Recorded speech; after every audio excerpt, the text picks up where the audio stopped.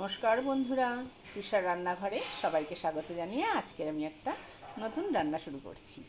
আজকে আমি করব চুনো মাছ দিয়ে, মানে ছোট মোরলা মাছ দিয়ে কাঁচা টমেটো ভাজা, পেঁয়াজ দিয়ে কাঁচা লঙ্কা, পেঁয়াজ কুচিয়ে রেখেছি, কাঁচা লঙ্কা কুচিয়ে রেখেছি, আর কাঁচা টমেটো এখানটায় প্রায় 8-10টা কাঁচা টমেটো আছে, সেটা আমি কুচিয়ে রেখেছি। আর ছোট মাছটাকে আমি নুন হলুদ মাখিয়ে রেখেছি। এবার এই মাছটাকে আমি আগে ভেজে নেব। আর কড়াই গরম হয়ে গেছে, এর মধ্যে আমি সর্ষের তেল দিয়ে দিলাম। মাছটাকে আমি এই লোহার কড়াইয়ের মধ্যেই ভাজাগুলো করি, কেননা এটা আমার একদম এত সুন্দর কড়াই যে এটাতে একটু লেগে যায় না কিছু ভাজলে পরে। সেই জন্য আমি ভাজা টাজা যেগুলো করি সব আমি এই লোহার কড়াইটাতেই করি। কড়াইটা একটু কেমন কালো কালো, তো এইটাই আমার ভাজাগুলো ভীষণ ভালো হয়। তেল গরম হয়ে গেছে, এখন আমি মাছগুলোকে এর মধ্যে দিয়ে দেবো।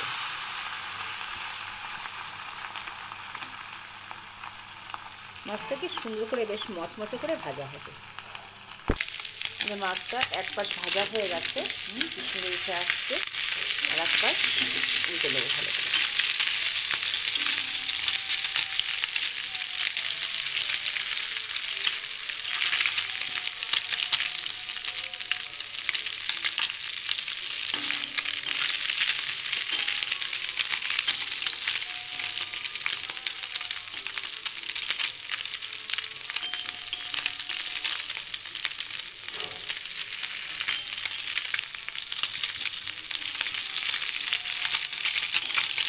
একদম লাল লাল করে সুন্দর করে মচমচে করে ভাজা হয়ে গেছে।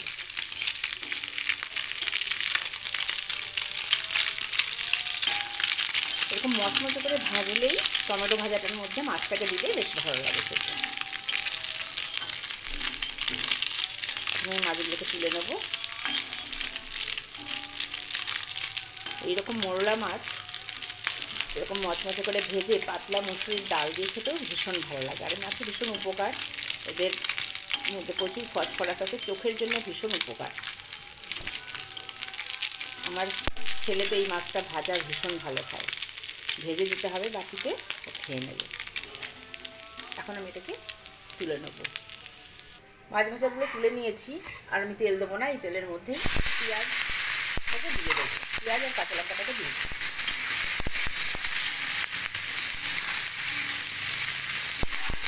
আলাদা করে সেরকম কিছু ভাজা করতে হবে না, কারণ টমেটোটাও আমাদের ভাজা হবে। টমেটোটাকেও দিই।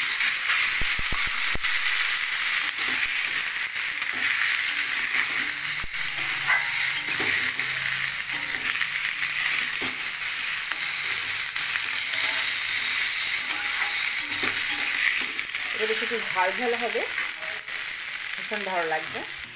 এখন আমরা এর মধ্যে হলুদ আর লবণ দিয়ে দেবো সামান্য, খুব বেশি হলুদ দেবো না।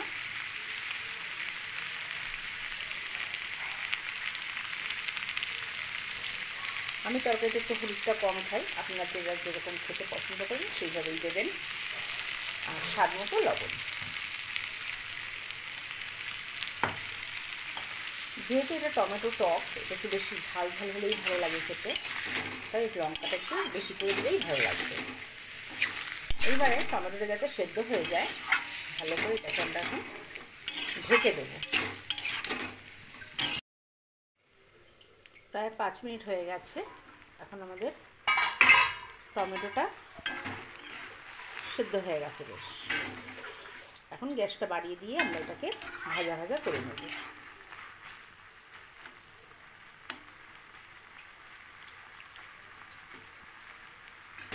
বেশ লাল লাল করে ভাজা করে নেব।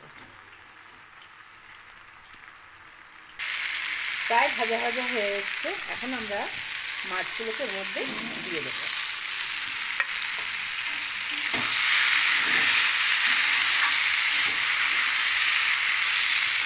এখন গ্যাসটাকে মোটামুটি বাড়িয়ে একটু মিডিয়াম টু হাই করে দিয়ে এটাকে ভাজা ভাজা করতে হবে। সামান্য একটু এর মধ্যে আমরা এখন চিনি দেবো একটু ব্যালেন্সের জন্য। প্রচণ্ড টক, চিনি দিলে পরে একটু ব্যালেন্স হবে টকটা। বেশি না, এই 1 চামচ না, 1/2 চামচ মতন একটু চিনি দিয়ে দিলাম।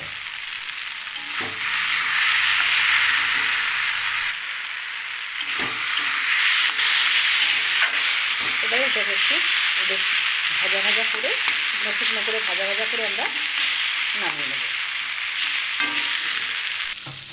আমাদের এটা একদম ভাজা ভাজা হয়ে গেছে, দেখতে পাচ্ছেন লাল লাল হয়ে গেছে, লাল লাল করে বেশ ভাজা হয়ে গেছে। কালারটা যেমন চেঞ্জ হয়ে যাবে, একটু লালচে টাইপ হয়ে যাবে, লাল লাল করে। যেহেতু লঙ্কা দিয়ে ভাজা হচ্ছে, ভীষণ ঝাঁজ উঠছে, এটা ভীষণ টেস্ট হয়।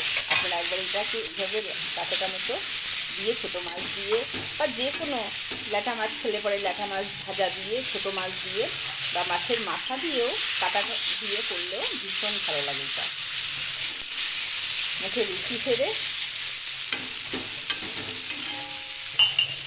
এটা খালি হলে পরেই এক থালা ভাত উঠে যাবে। তাহলে আপনারা সবাই এই রান্নাটাকে একবার এইভাবে করে খেয়ে দেখুন, কেমন লাগে। ভালো লাগলে পরে আমাকে কমেন্ট করবেন। আর এতক্ষণ আমার রান্নাটাকে দেখার জন্যে আপনাদের সবাইকে ধন্যবাদ। যারা নতুন বন্ধু, সাবস্ক্রাইব করে দেবেন আর আমাকে অনেক ভালোবাসা দেবেন। আপনারাও আমার অনেক ভালোবাসা নেবেন এবং ভালো থাকবেন। নমস্কার।